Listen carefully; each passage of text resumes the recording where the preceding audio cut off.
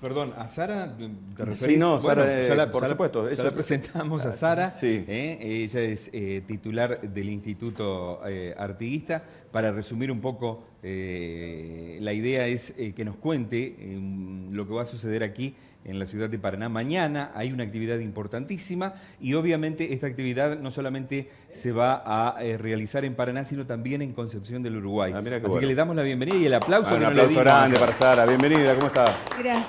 Segundas jornadas interdisciplinarias, Congreso de los Pueblos Líderes y, bueno, obviamente la histórica que se enmarca, que antes de ayer cumplió años, ¿no? Concepción del Uruguay, hacer o antes de El hacer. mismo día lunes. que se celebra la de Paraná, el 25 Claro. de junio. Claro, sí señor, cumplimos juntos y se te escapó la tortuga, ¿eh? Qué lindo. Todavía sigue en Europa una que yo conozco. Me dijeron que pasaban todos los sí, el aniversarios set acá. light y todas esas pavadas, cortalas ya pasó una semana que volviste, así que ponete a laburar las cosas. Bueno, volviendo al reclamo aparte, ¿por qué interdisciplinarias?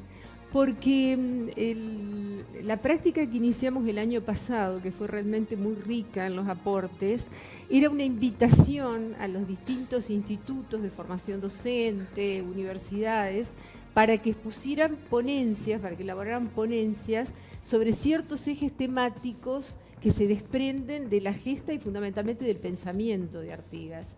Y realmente fue muy interesante porque hubo una exposición, si se quiere, desigual en matices, en cuanto a que eran estudiantes, docentes, investigadores, y realmente en esa diversidad fue muy rica la experiencia, con el aporte de amigos compaisanos, como decía Artigas, orientales, Tal cual. entrerrianos, santafesinos, bueno, una variada gama que se va a repetir seguramente mañana, Qué bueno cuando eso. nos reunamos en la vieja usina y hay una instancia, digamos, arrancamos con un panel a cargo de Francisco Senegaglia, que es un historiador entrerriano, Alberto Umpierres, que es un uruguayo, ex asesor de la Cancillería uruguaya en la Dirección de Asuntos Limítrofes y actualmente del Comité de Hidrovía del Río Uruguay, que ha sido un verdadero fogonero en la generación de los institutos artiguistas de toda Argentina y recientemente en uruguayo, que tuvimos la oportunidad de participar en el Senado uruguayo con la presencia de Mujica, inclusive el 1 de noviembre pasado.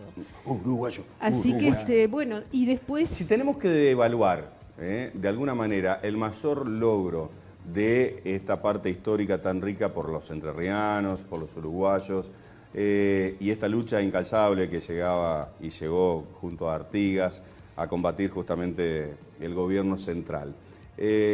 ¿A dónde se puede decir que se vio plasmada? ¿La Constitución? Se vio plasmada en la Constitución, que defiende claramente las garantías de la libertad. Digamos que Artigas era enérgico en ese sentido, lo expresó en variados documentos, empezando por las instrucciones del año 13, que era el mandato que generó el Congreso de Tres Cruces a los diputados que iban a ir a la asamblea convocada por el directorio, que fueron rechazados precisamente porque eran indeseables para el centralismo porteño. En el sistema federal que consagramos en nuestra Constitución también, por supuesto, yo diría en una serie de garantías que caracterizan el régimen constitucional argentino, está claramente, digamos, el pensamiento de Artigas. Lo que sí es cierto es que en el terreno militar y político en su época Artigas fue derrotado, ¿no es cierto? Por eso tiene que exiliarse en Paraguay y termina lejos, digamos, de su causa y de su patria. Seguro. Incluso más, no le interesa volver a la banda oriental porque no le interesaba una banda oriental desmenuzada, digamos, del resto de la región que él había planteado como Liga de los En Pueblos ese aspecto Libres, le ¿no? fue mejor que Urquiza, digamos.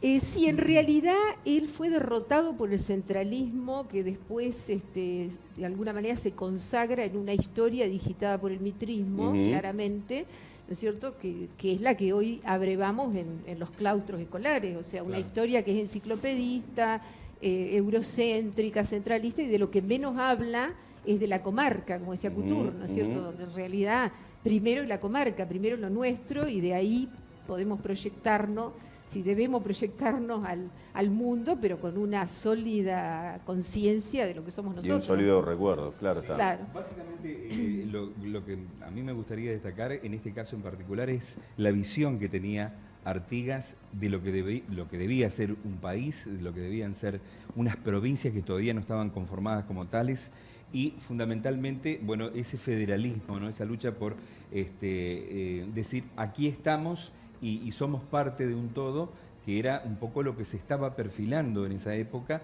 en la República Argentina, que no estaba conformada como tal.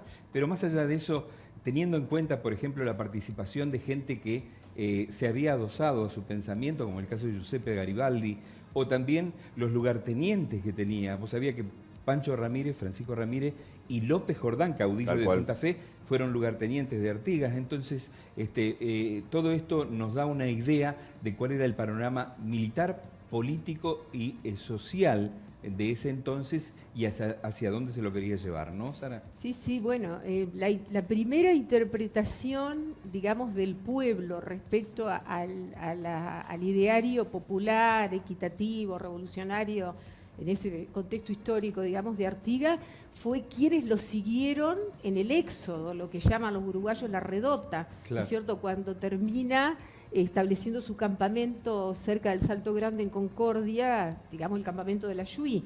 Ahí lo siguen los pobres de toda solemnidad, los indios, los negros, digamos los gauchos pobres, ¿no es cierto? Entonces, eso es la primera identificación de un hombre que viene de una familia agraria, que hoy podríamos decir de clase media, ¿no es cierto?, de lo que era la banda oriental, cómo encarna en los intereses populares, porque realmente es una manifestación espontánea. Había un vocablo indígena que no recuerdo en este momento, pero que padrecito era, le hacían claro, referencia en indígena, como el gran sí. padre o el padre. Bueno, a propósito de lo indígena y retomando y sin soslayar esa cuestión que es fundamental, si algo está presente con enorme potencialidad, es ese pensamiento de Artigas, que además era abarcativo, porque no solamente están las instrucciones del año 13 con respecto a garantías de libertad, está el reglamento de tierras, que es de alguna manera la primera revolución agraria en América Latina, sí, antes que la Revolución Mexicana, ¿cierto?, donde habla de quiénes tienen que ser titulares de la tierra. El reglamento de comercio, que hoy tendría plena vigencia cuando tenemos un país abierto indiscriminadamente a la importación, que está destruyendo las economías regionales, esa política. O sea, Artigas era claramente proteccionista. Totalmente. Establecía impuestos diferenciales para los productos importados y una reducción enorme de impuestos para los productos que eran de la región. Entonces, realmente, y bueno, en cuanto a los lugartenientes a los que se refería Sergio, hay una curiosidad que se infiere de la investigación del profesor Rubén Burlot, que es nuestro secretario y es un historiador e investigador interesante, que aquí se habría fundado en Paraná una de las escuelas de la patria, como era la política de Artigas, claro, porque hasta esa multiplicidad de pensamientos tenía. O sea, la ilustración y la cultura eran fundamentales para él, ¿no? Sí, aquella frase que le dice al ejército artiguista en 1816, sean los orientales tan ilustrados como valientes. Aquí, en calle 25 de Junio y Corrientes, se habría fundado una escuela por mandato de Artigas a Otorgués. Qué va. Mirá.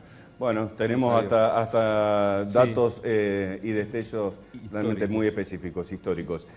Sara, mañana, ¿a quiénes convocamos a estas segundas jornadas? Bueno, a todos los que estén interesados en conocer y debatir una parte de la historia que no es bien conocida ni está institucionalizada en el ámbito escolar. Nos mueve la intención de reivindicar esta gesta para ir vertebrando un concepto de historia regional. Bien. A todos los docentes, estudiantes que de hecho están convocados y van a asistir. Muy bien. Tenemos además otra cuestión que puede ser interesante para quienes no militan solamente en el ámbito de la historia. Va a estar el director correntino, él, de la película Buscando al comandante Andresito, a propósito de la relación de Artigas con los guaraníes. Camilo Gómez Montero, que ha sido un exitoso cineasta, digamos, correntino, va a estar contando con película proyectada, ¿no?, lo que significó la génesis de esta película. Así que arrancamos a las 9 de la mañana, el panel, la exposición y la película. Después tenemos un breve receso a la tarde ponencias y a el panel de cierre, donde va a estar el filósofo Alfredo Mason, Andrés Casareto y el profesor Rubén Román de la Universidad del Litoral. Plano completo. Y al día siguiente, que eso no lo ha mencionado, pero hemos redoblado la apuesta este año, vamos a hacer una jornada en el lugar donde se desarrolló el Congreso de Oriente. Hemos articulado esfuerzos con el intendente Laurito, con la Secretaría de Cultura, por supuesto, con la universidad, y vamos a hacer una jornada a partir de las 3 de la tarde en la histórica sede del Congreso de Arroyo de la China. Y el intendente sin despeinarse dijo, así es, acá se va a hacer, así que un aplauso grande. Por supuesto. Bien, muchas gracias. Gracias a ustedes. Bueno, todo el mundo invitado. Atención Concepción del Uruguay, atención. Entonces, que también en esta comunión, en el cual compartimos ni más ni menos fechas tan emblemáticas como los aniversarios de ambas ciudades, tanto la histórica como la ciudad de Paraná, también los une en esta jornada este debate que justamente tiene su principio en este lugar.